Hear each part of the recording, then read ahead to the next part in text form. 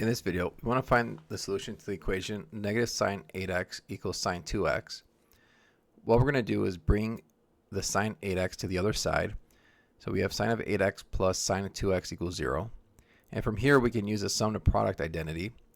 Sine of a plus sine of b is equal to 2 sine a plus b over 2 times cosine a minus b over 2. We'll let a equal 8x and b equal 2x. So that gives us 2 sine 8x plus 2x over 2 times cosine 8x minus 2x all over 2. And that simplifies to 2 sine 5x times cosine 3x equals 0. So now we want to look at when is sine 5x and cosine 3x equal to 0. So the first case, sine of 5x equals 0. Well, we know that sine in general equals 0 for n pi, where n is an integer. So then we divide both sides by 5 to get x is equal to n pi over 5.